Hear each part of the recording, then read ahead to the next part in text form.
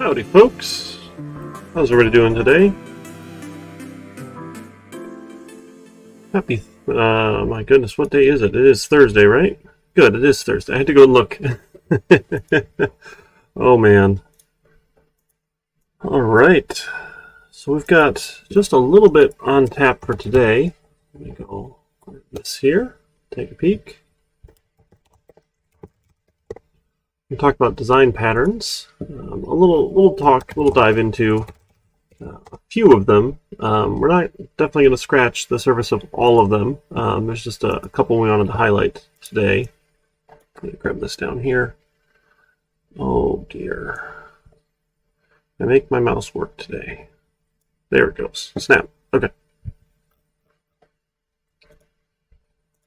Let's grab that. Yeah, I got some new branding. Tresaurus.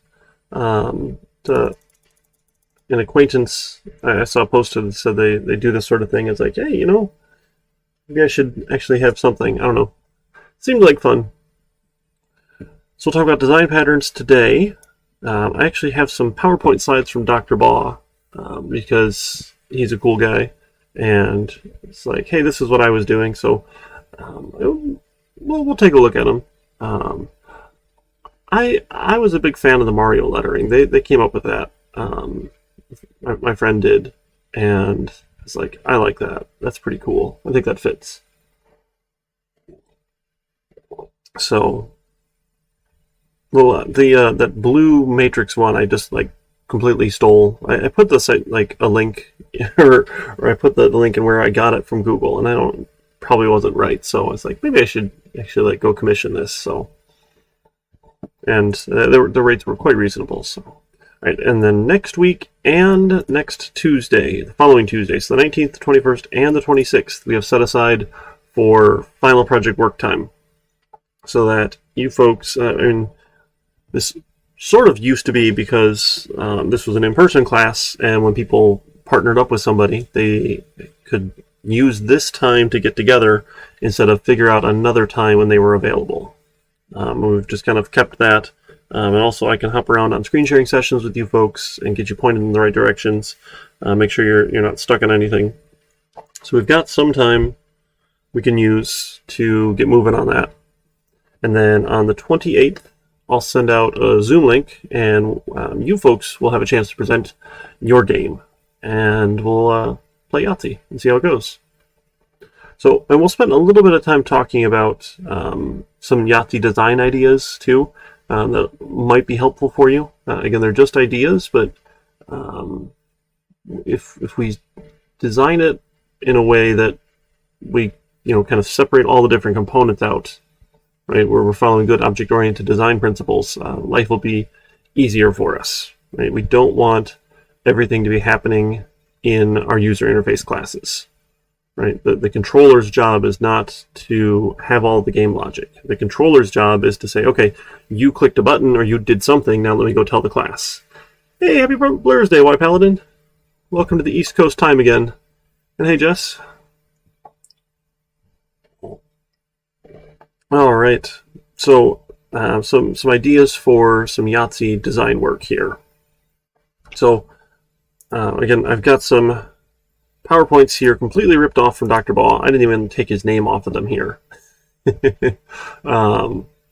So he sent these. I was like, oh, hey, if you want to use these, great. If you don't, that's fine too. But I figure this way we'll at least be consistent for this stuff here. And then we can take a look at some code and actually try and play with some of these things. So fire up IntelliJ while we talk about design patterns and overview here.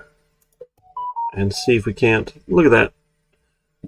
So I'm on presentation mode. Swap. Look at that. Now, hopefully you're seeing the full screen here. Oh man, when I escape out, it doesn't work. Well, that's no fun.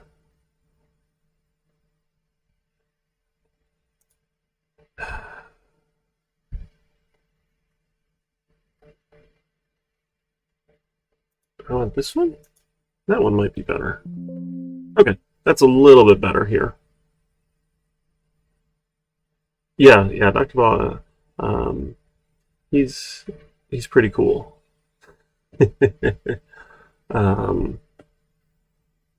Yeah, so he'll teach this course a lot. I'll do it every now and then, and then I'll also do design patterns every now and then, just so he gets a little change of pace too. It's kind of fun. All right, so yeah, I think this view is a little nicer, and then doesn't mess up my second monitor. So I don't actually need that presenter view. There we go. I want to see you folks in chat. Hector, my friend, thank you so much for donating those bits to the Student Scholarship Fund over at the University of Michigan Dearborn College of Engineering and Computer Science. I think I'm getting better at saying that. We're doing all right. All right, so this whole thing, what is a design pattern here? Yeah, Michigan, thank you so much, White Paladin. Wow, my overlay is like way delayed there. That's weird. What if that's Stream Elements? I'm not sure. So design patterns, right? This middle section here is the important one here. They're things that we've come up with, and we is the generous term of like the software industry and the smart people in the software industry, ways to solve problems that commonly occur, and they're just a pattern you can follow to say, okay, when this sort of problem happens, here's something you can use to solve it. That's all it is. It's just a fancy word for that. So you don't have to use these design patterns to solve problems, but these are generally well tested, well received. They make a lot of sense. They're good object-oriented design, and they work. So just like anything else, like, well, if there's a way for us to do something in the library, we're going to do it because we're lazy, right? We're going to take advantage of this solution because it knows how to solve a particular kind of problem. Ooh, documenting a design pattern for your own reference. Yeah, for sure. So the three general categories of design patterns are creational, behavioral, and structural. We'll take a look at some of those. Now, design patterns, it actually is an entire course in a lot of computer science or software engineering programs. So you can take an entire course on this. We're just scratching the surface. Want to intro the idea of a design pattern to you folks. So creational design patterns, right? Their job is making objects for you, right? This idea of instantiation, or making an instance of the class here. So instead of us directly making instances, calling constructors ourselves using that new operator, we can use some sort of object in a creational design pattern that lets us either simplify the process or sort of abstract something so we don't need to have all the details necessarily.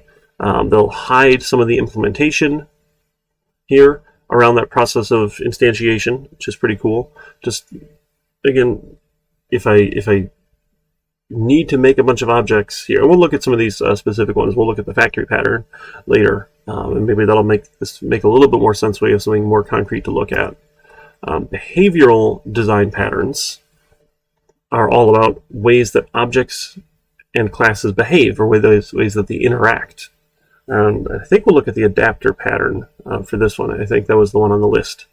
And we're sort of taking those behaviors and what class does what here and defining some of those responsibilities. So ways that our behavioral design patterns can be used, or what some of the things that we can do with them, we can just change the object that's being used, and the algorithm that's going on behind the scenes, the behavior there, can be changed by using a different object. So they give us some flexibility in the interactions here. And we'll look at some of those behavioral ones. I think we'll look at the adapter pattern. And then structural design patterns.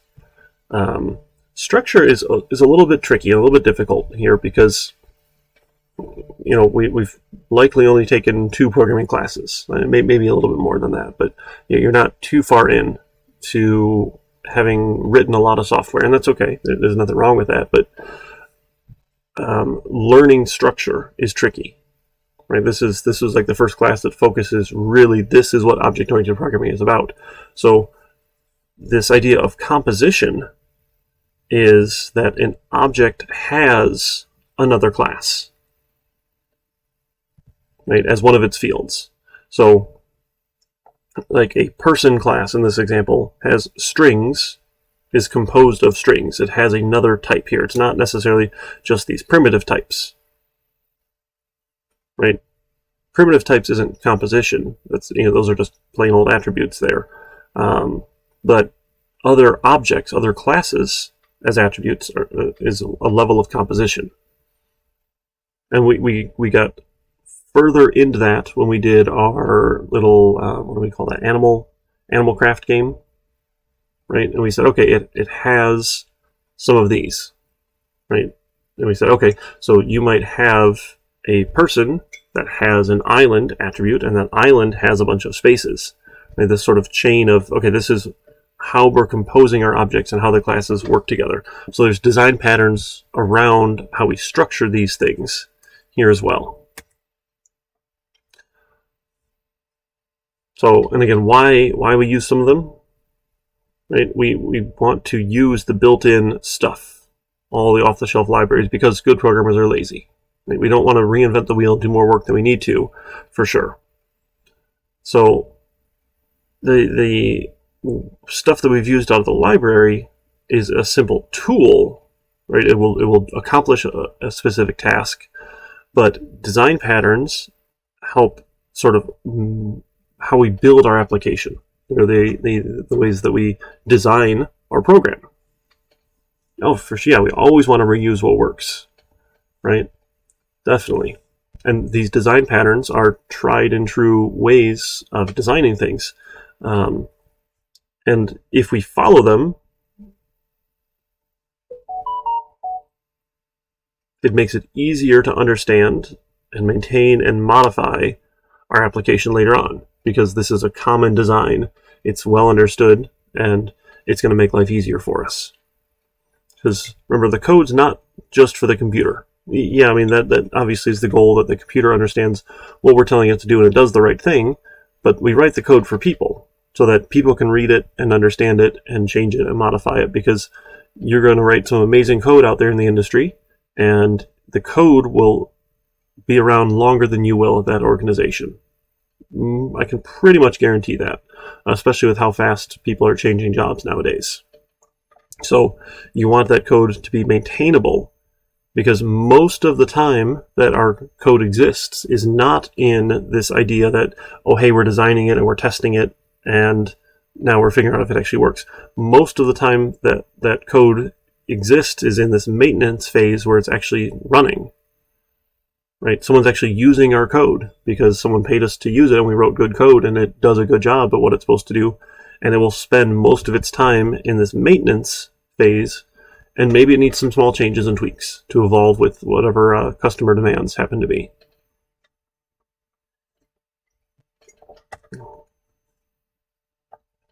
Yes, okay, so we are going to look at adapter. I thought we were going to. So the singleton, the factory, and the adapter are ones we're going to look at, and those so happen to be the ones listed up here as a course objective. Who knew, right? This one here, singletons, adapters, and factories, common design patterns.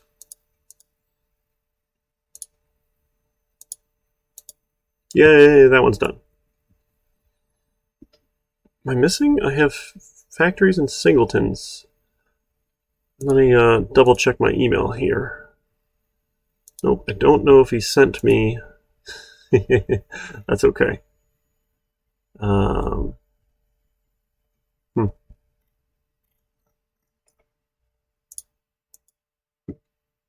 Design patterns. That's okay. We don't need the adapter one. We can do our own adapter. That's no big deal. No biggie. So we'll look at the singleton one first, and purely because this one's easier or shorter here. Here. All right.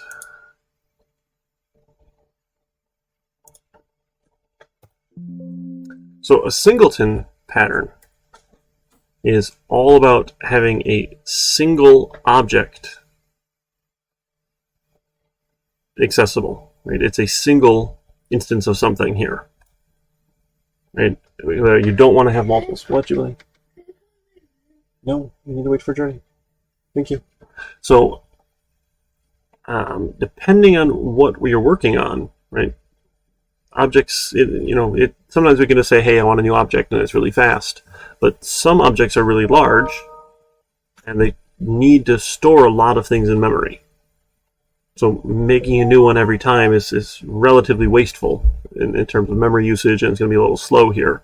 So what the singleton pattern does for us is ensures we only have a single instance of that class in use at a time.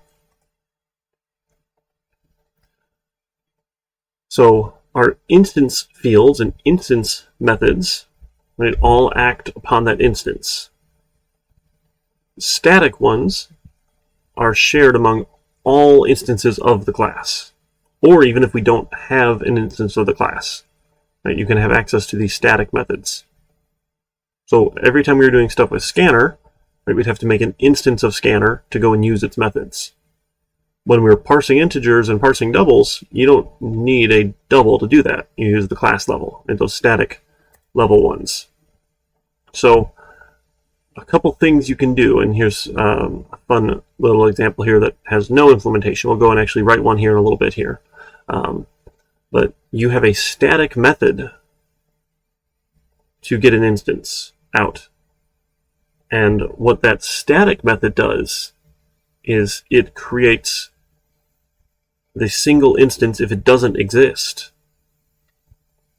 And then if it does already exist, it just gives you back access to that single instance.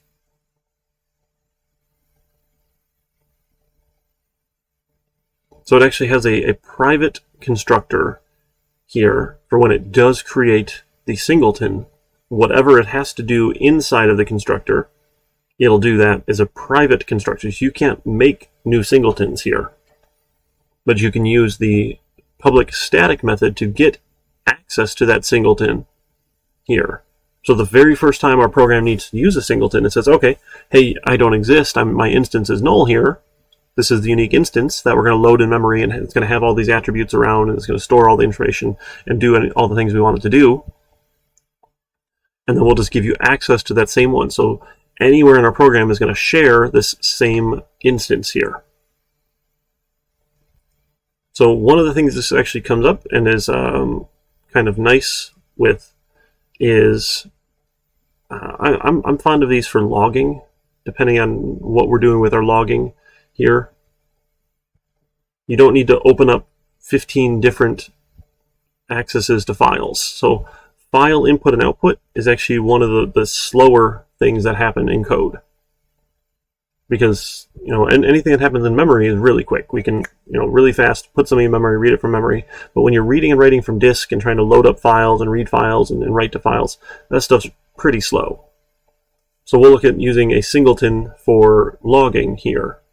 So anywhere in my application, I can get at the already existing instance, or they'll all share the same instance here, to do some logging. And every part doesn't need to start up its own logger to do that sort of thing. So it prevents code from actually making new instances and that constructor. It gives you that single point of access. Right? It ensures there's only a single instance of the class and gives one global point of access to it. So singleton's pretty cool. So we'll take a look, see if we can't work on a singleton here. So we start a new project,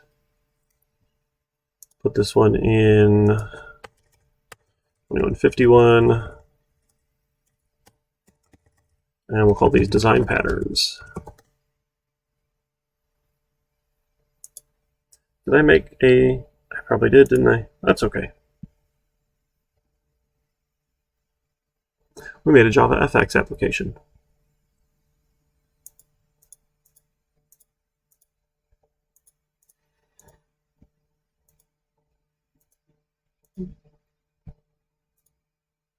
So, and there's also, you can go Google a bunch of stuff here. So common singletons. you can look at. There's all sorts of good ones here. Design Patterns Revisited. Here we go. From gameprogrammingpatterns.com.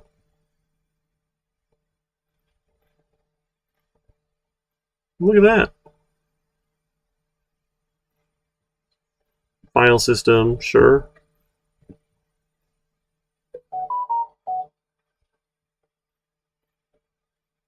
I regret using it.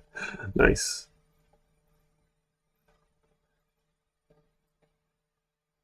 Yeah, logging here. Sure.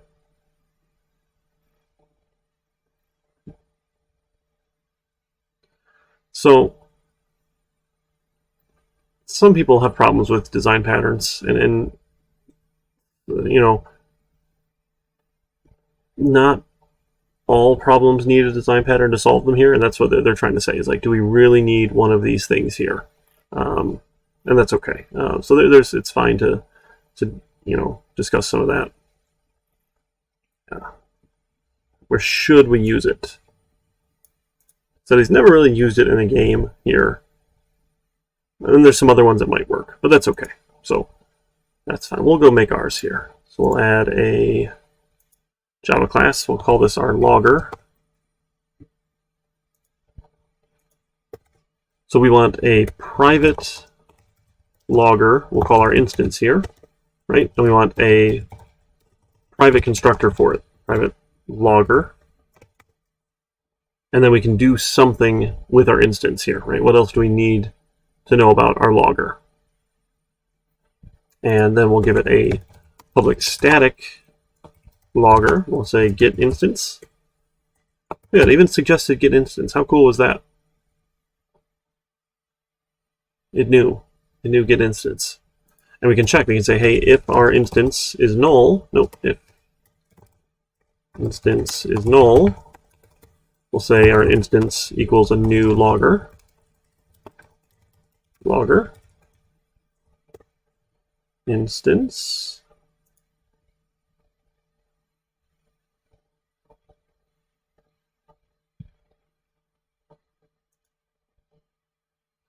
Nope, sorry, that one's static. There, now it's more happy. Instance is the new logger, and it'll return the instance. And again, it probably needs to have some other functions here. So we probably should figure out what we're going to go and log here. Probably, let's see, we should add a method. So we want a public void log given a string message. And for us here, we can log it to a file if we want, or we got lots of options. So maybe we'll log it to a file. We'll have a private file output stream output.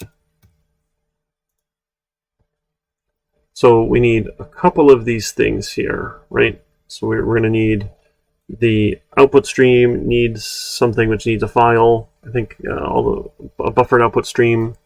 So we'll say our output equals a new file output stream given a new buffered output stream given a new file, and we'll call it log.txt or something. This one's not very interesting. Import file. Does that do it for us? No.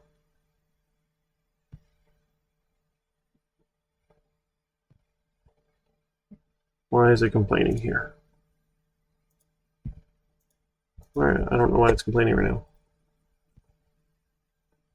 Isn't it provided? Oh, it needs an output stream. We gave it a file. File output stream, a buffered output stream. I'm giving it the wrong thing, aren't I? We just need... Alright, I'm going to go Google because I don't remember, friends. So let's go back to our examples.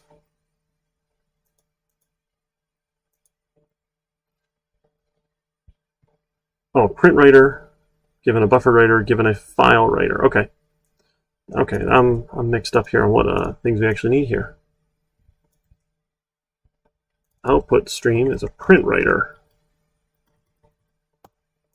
Not a file output. Okay, that's right, because I'm not doing binary output. That's why. Import the class. Import the class. Import the class. And all of this bad stuff could happen, right? So we should surround it with a try catch block.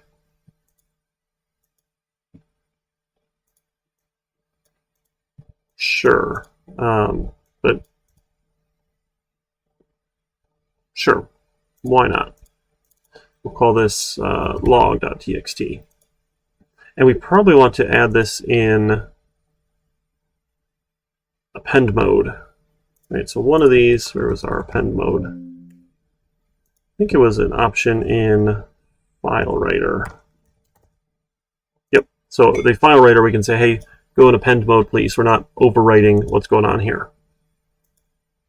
Okay, then let's go search here. So we'll do Java get current date and time, figure out how we can add timestamps to things. Okay, that looks like fun. Datetime formatter here. Datetime format given now, so when we go log something, we'll go and figure out, this is year, month, day, hour, minute, second. That looks pretty good. And we're not going to print that, but we're going to take our output, print line, my format, and then dash and the message. And, right, of course, we need to go and grab our link here because we shamelessly stole this. No, I don't think we need that MS Edge link there. Okay, so now we can log stuff to our log.txt in append mode. Life should be pretty good here. Now, notice we're not closing the file out, though, which is, this is kind of expensive to open and close and open and close and open and close, but if we only ever have a single instance, we should be okay here for doing this. What we can output flush will force that to be written if we want it to always write here, because it's going to buffer it behind the scenes. Let's give this a try. So let's go to our hello controller, and when we click the button, we'll then want to do something with our logger. So we'll say our logger logger equals, or we can even just do it all one line. We'll say logger.getInstance is the static method here, and then we should be able to call log, say you click the button. Right? Because that same instance will just exist everywhere. So I can get the single logger out here, and I can log it. Should we try it? We should try it. Let's see if it goes. We're going to need some more coffee here, friends.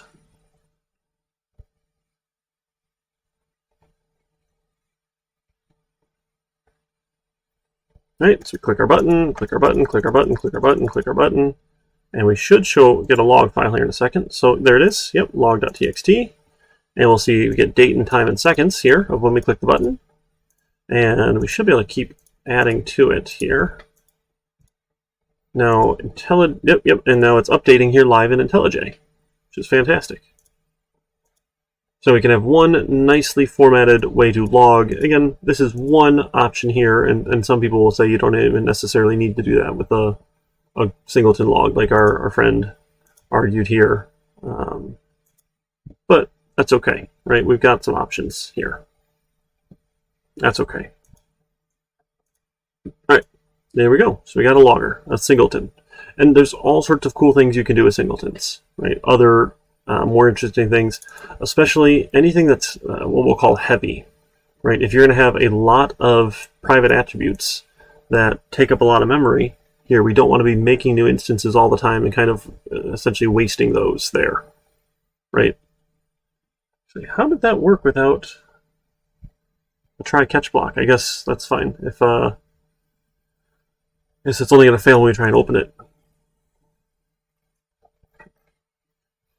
Okay, so we got our singleton there. Another fun pattern here, like that, is the factory pattern. Let me set this one up here real quick.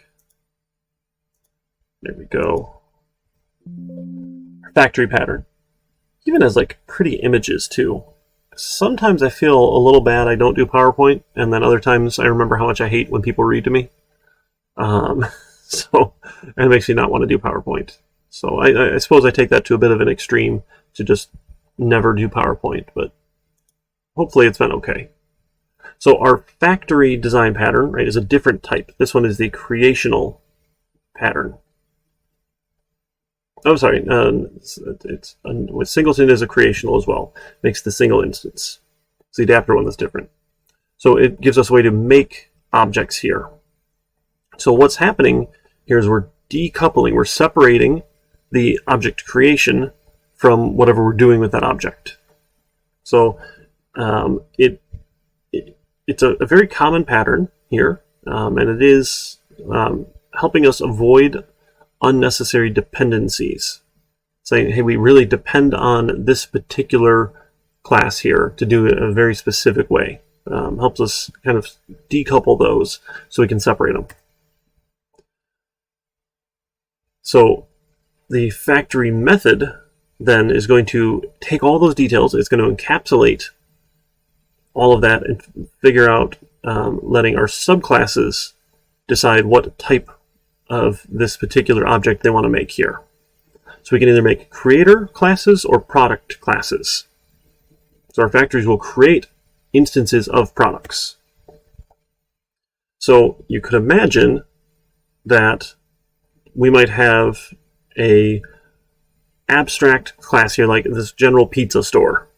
And Chicago pizza and New York pizza, right, are a little bit different. And people in Chicago might not want to eat New York style pizza, and people in New York might not want to eat Chicago style. But the method is the same. It's just create pizza. Right? The method itself can create pizza any way they want. Here it's still the method called create pizza. So our pizza store is abstract. It says, okay, at some point you'll need to make a pizza. I want to have this abstract method. I'll let my subclasses figure out how we want to make it. It's our factory method here.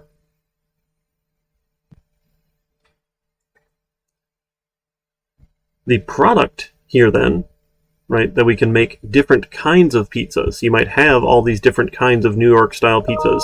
You might have all these different kinds of Chicago style pizzas. They're all a type of pizza. Right? Pizza's the product here. And we'll have these concrete subclasses if we want down below. So we'll have the product and we'll have the creator, right? We've separated these things here so the creators know how to make the products. They work hand in hand. So it's the factory method then. The class figures out which type it wants to make. So abstract, and then you get a concrete, an actual implementation, and an actual product. So other times, you might want some sort of parameterized factory, right? It would tell us what type it is based on whatever parameter you're giving, which is kind of fun. And you can make a random product, you can make a specific one. You have all sorts of options on how we're creating those instances here, whether or not we want to use the parameters or not. So one of the things this is pretty cool for is it reduces some of that really specific coupling. Right? So we don't need to necessarily be creating the instances to use the products. So this is a dependency inversion principle. So we want to depend upon the abstract things, not necessarily concrete classes. So our principle is programmed to an interface, not to an implementation. Right? So we're depending on the abstract versions here of the creator. Right? This one here. So in abstract creator, here's our create pizza abstract method that we're going to depend on. We'll figure out those details later, right, in our subclass. And kind of change that. So we want to depend on the abstract version. This one seems a little funny, and this one's a little bit harder to give some quicker examples for. But I've always been fond of this one here, and we don't have a great way of doing it quickly here. But what we can do is we can write a class. Let's call this one, call it room here. So the room class then will have a private string for the description, and I don't know, other sorts of things here. This is just one particular option here, and then we can have a method. Actually, why don't we leave this? We'll leave this abstract here. So we'll have an abstract public abstract class room, and then we'll have an abstract string. What was it? Public string get description here. So this will describe a particular room here. And then what we can do is we can have a maze class here, and our maze class can have a private array list of type room, of type array list of type room. Make it two-dimensional, right? Rooms, array list of type room, right? A little two-dimensional room here. But room itself is abstract. We don't have a specific room here. So what we need when we create the maze is we need another class. We'll call this the room factory. And this will be abstract. And we'll say, okay, I'm going to have a public abstract room create room method. So I'll have a method called create room. I don't know what it'll do yet, but it will make a room here. And then my maze, then, in the constructor, public maze, can accept a room factory. We'll call this the room factory here. And then, I don't know what, for int row is 0, row is less than 10, row plus plus. And then for int column is 0, column is less than 10, column plus plus, right? So for every row, we need to take our rooms. So the first thing, rooms equals a new array list here. And then for every row, we'll take our rooms and we'll add a new array list of type room. Then for every column, we can take our rooms.get the row dot add my room factory dot create room.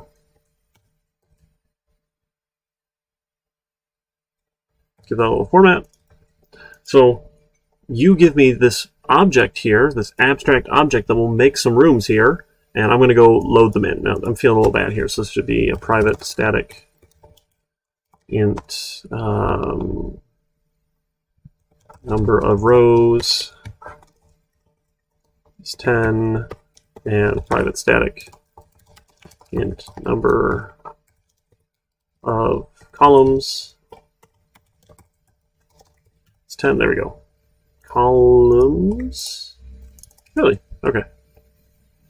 Because I don't want to have just some magic numbers here. There we go. So we have a 10 by 10 with our rows and columns. I'm feeling a little better here. And I probably want those static ones at the top. I don't know. This is fine. So we can go use that room factory. Will give me some kind of room here. I don't know what yet.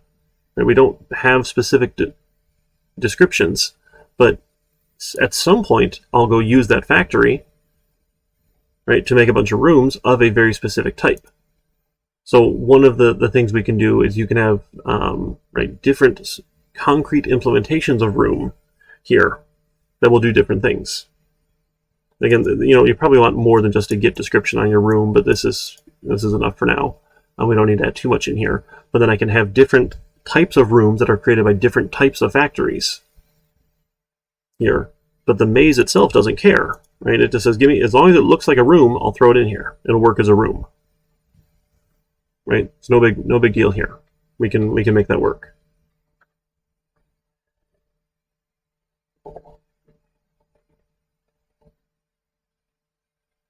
Okay, and then the last one here, we'll just go back to Googling here. It's the adapter design pattern. And I want to see it in Java. Look at that. JavaTpoint.com? Maybe? Maybe? Think this is a good link? We'll try it. Adapter converts the interface of one class into the interface that the client wants. So we can take one type and use it somewhere else.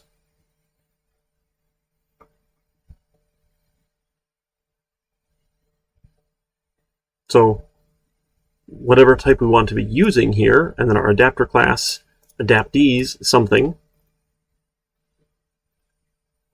So the bank details adapts then looks like this is the adapter will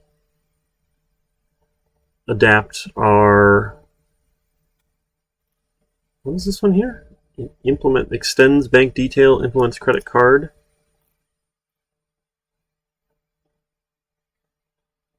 Sure. Okay. Not a fan of that one. Not a fan of that example. That was not very helpful. Journal dev? Maybe? See if this one is any better. Yes, our structural design pattern. It's how things are structured here. So two unrelated interfaces can work together using an adapter. This one any better? So volts and sockets. Okay, sure. Volts will measure our volts, and sockets produce volts. So if I go plug something into the wall, right? You can do that. So our socket adapter then will give us different amounts of volts. Right? If you go traveling, you need an adapter so that you can plug in our stuff. Apparently, we're crazy here in the US. So this is, what is it, global voltage of outlets. Yeah, on the map here. There we go. This is what I was thinking of. I've seen this picture. It drives me nuts here. So most everywhere in the world, their outlets are essentially 220 volt or to 240 volt outlets here. Right, a 220 is pretty much the standard everywhere else in the world.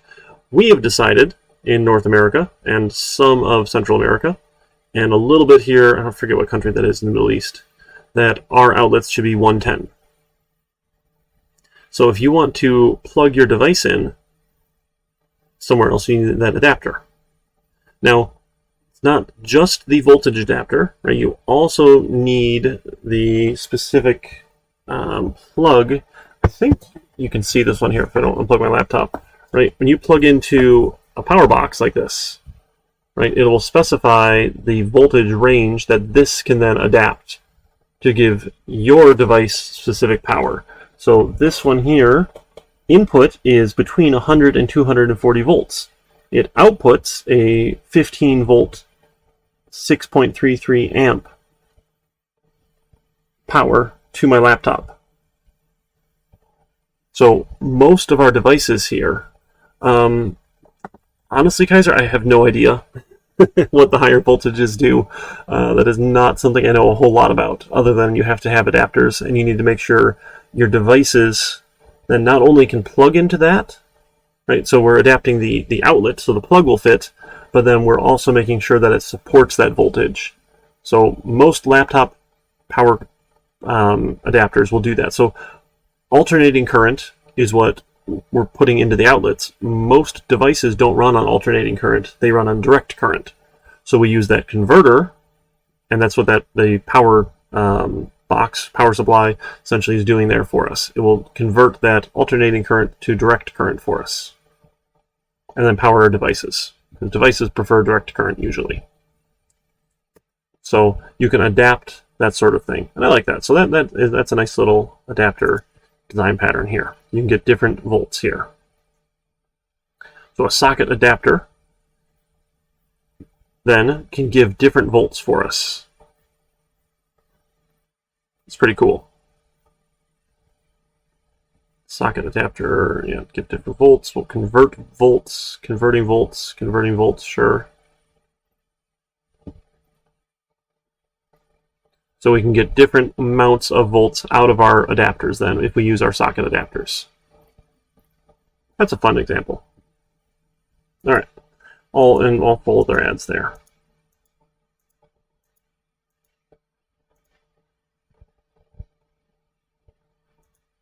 But other things you probably above and beyond what we'd want to do, but we could make a class and then we could have a specific adapter for viewing it. Right? It is one way. It works.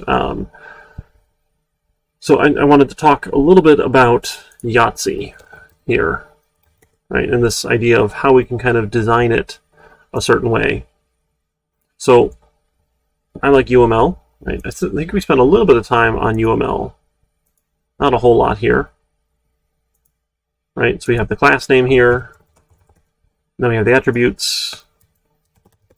And then we have the methods. Does this ring a bell here? Right, doing these little UML class diagrams. So we want to think about what we do with these here. So one possible option here is our scorecard. Right, this idea of the Yahtzee scorecard. Yahtzee scorecard. Nope. Yahtzee scorecard. Right, has all the different places we can score here. Right, you have your 1s, your 2s, your 3s, your 4s, your 5s, your 6s. For the upper section, you have your lower section, 3 of a kind, 4 of a kind, full house, small straight, large straight, Yahtzee, chance. Don't worry about the bonus, that's more confusing than it needs to be here. Right? Let's go pull this one up here.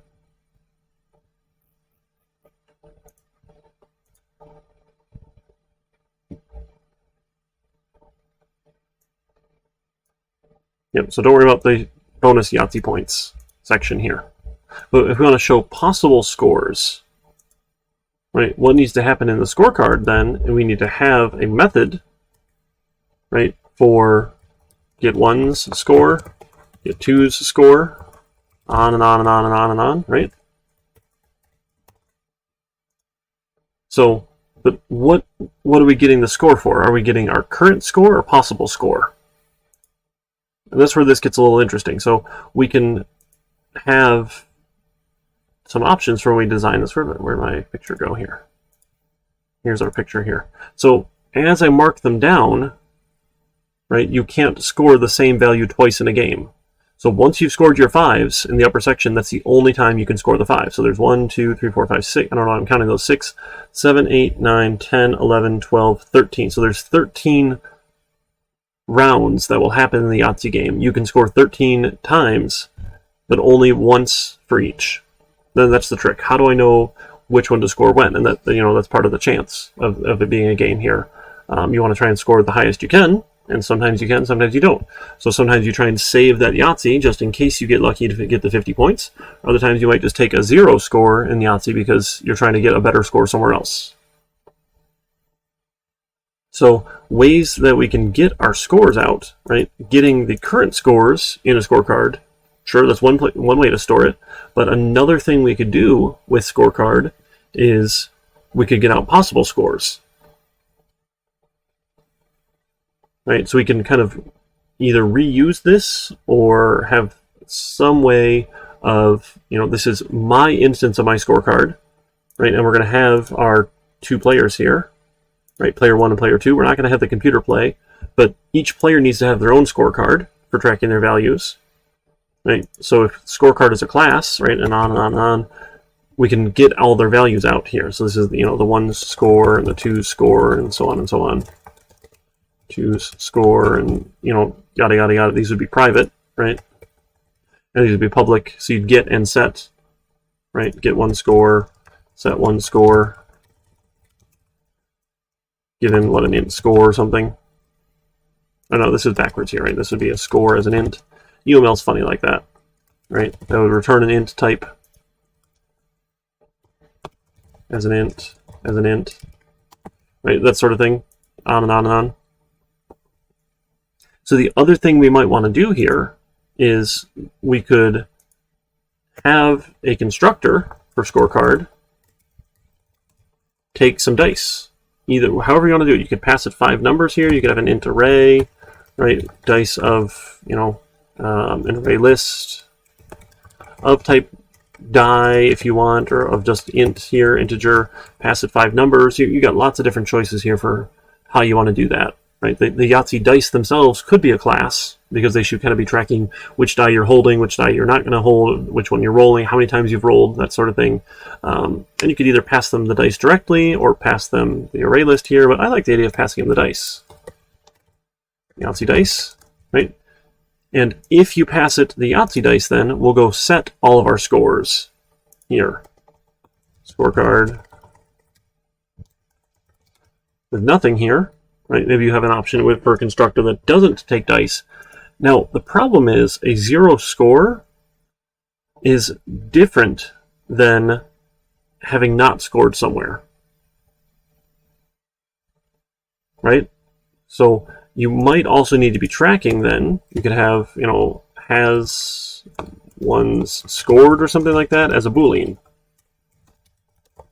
It's an option. Again, not required. I'm just trying to give you some thoughts here of how you might design this. And maybe this is why it would be messy and you don't want to have the same class doing both of these things, but they're going to look very similar. So totally up to you how you want to design it here. But we could have a distinction between whether or not we have scored something or we haven't scored something, because you can't just use 0, right? Because 0 is a possible score. So another option, you could use some sort of value, some sort of flag value, like -1. If the score for one score is -1, that means I haven't scored it. If it's 0, it means I have scored it, right? And you could do that in your constructor. You could set them all to like -1, and in the scorecard, you could actually, where you give it the dice, it could go through the dice and actually calculate all the possible scores, that sort of thing. So you've got some choices, right? Whether or not you want to use the Boolean flags, or if you want to use some sentinel values that mean certain things, right? Or maybe sentinel value like -1 instead, because you can't score negative, right? So that one's obvious, but you can score 0. So 0 is not a good placeholder value, right? And that sort of thing. So as we go through, we need to tell them, hey, this is what you could possibly score, and this is how you can lock in your score then, right? And those dice themselves, right, we can do it. Let's do another table here. Just copy paste. So this could be our Yahtzee dice. Again, it doesn't have to be here, but it could, right? This is what the number of rolls or something. Number of rolls as an int, that sort of thing. We could have a method for roll here, right? That will go and roll. We could have a, hold die, and this could either be an argument here, the die number as an int, or we could just have hold die 1, hold die 2, hold die 3.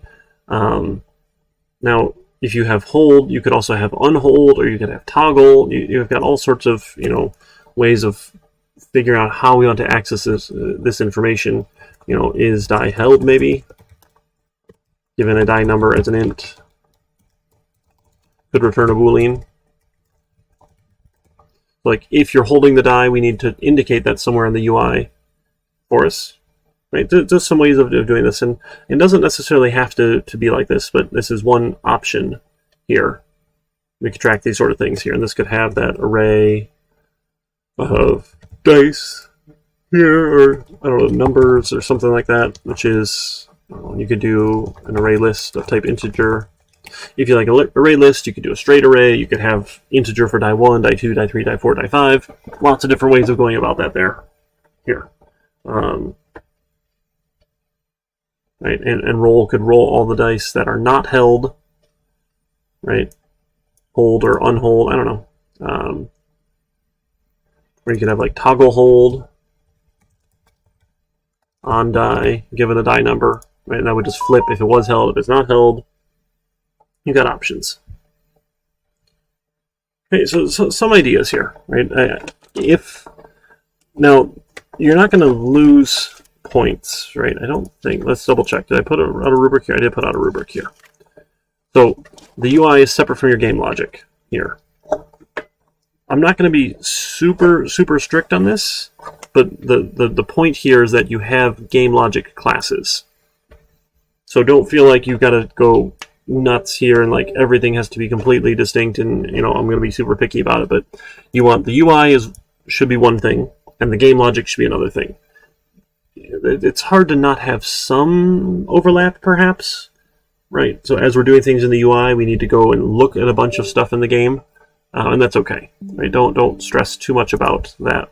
But then Yahtzee should actually work, right? You should be able to roll or hold 3 times, scoring our potential scores, upper score bonus, lower score. We can start a new game, just reset essentially, and that it is 2-player mode. So if you wanted to start with 1-player mode and then go add in that second player later, that's perfectly fine, right? That's only 5 out of the 40 points for being able to have 2 players playing here.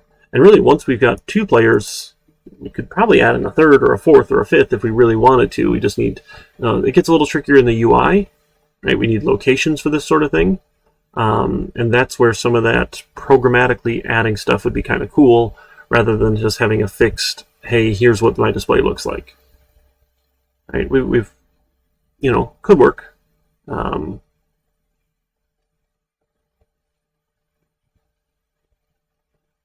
Okay. Thoughts, concerns, questions? So we've got the next week and a half or so. Discard changes. No, I don't know if I changed anything. I'm going to hit save anyway, just in case. In the next week and a half or so to finish this with in-class time. Oh my goodness. I'll finish getting these labs and projects scored for you. I know we're getting down there. I apologize for the delay. I told myself it wasn't going to happen this semester, and it did again. So apologies. Let me commit this code for some fun here, if you want to look at that. And we go from there. All right. You folks feeling okay? Think you've got a handle on it? You know how to get started? And again, if you are working with a partner, just let me know. I'll make sure you have shared access to one of the repositories. I just need your GitHub usernames, is all, to get you set up. Design patterns. Commit and push. All right, folks, you take care. Let me know what I can do to help. And I don't plan on streaming at all for the rest of the semester. So we can hop on screen sharing sessions on Discord or Zoom the next 3 sessions here. You can work with your partner. And then on the 28th, again, we'll hop on Zoom. So we're officially done here on Twitch. I'll be sad, but maybe we'll be back in the summer semester. So I think there's one last day for the Summer Momentum Scholarship too. Summer Momentum here. I think the application for that, so if you are interested in taking summer classes, a couple more days. You can apply through the 22nd. And they'll essentially pay for some classes for you here. Yeah, on presentation day, we'll be on my Zoom here, yep. A dad joke, you got it, my friend. Let me grab my handy dandy pack over here, and a knock knock joke. No, so Discord is not for presentations. We'll do that one over Zoom because that's a little easier to manage, and I've got better permissions for. So, okay, actually I have a dad joke that is not in my dad joke pack, if that's okay, and then I'll do a knock knock joke out of the pack. So, I was talking with my kids about dinosaurs. Because everyone seems to think dinosaurs are super cool, and why not? They're huge. It's crazy to think about animals that large. But I was telling them, everyone says that T-Rex can't clap because its arms are too short, right? And everyone's like, oh, poor T-Rex, he's got his tiny little hands, tiny arms. But that's not the reason he can't clap. You know why a T-Rex can't clap? It's because they're dead. Oh yeah, I'll share the Zoom link again, but yeah, it's my OCC Zoom room. Yep. All right, and then for a knock knock joke, let's see what we got here. Knock knock. Who's there? Who? Who? Oh, is there an owl here? All right, that's a classic knock knock joke. A little solid. All right, you want another one? That one's terrible. Alright, knock knock. Who's there? Ice cream. Ice cream who? Ice cream if you don't let me in! Alright, that was a pretty good one here. In terms of knock knock jokes, at least. That one was halfway decent. Alright, friends. You take care. Let me know what I can do to help. Again, I am super happy and thrilled if we get to final presentations and everyone gets 100%. Like, that just makes for a great day. Grading all of those. A hat. Oh, I will take my hat off. I've got another one. Where is it? Just had it. Here it is.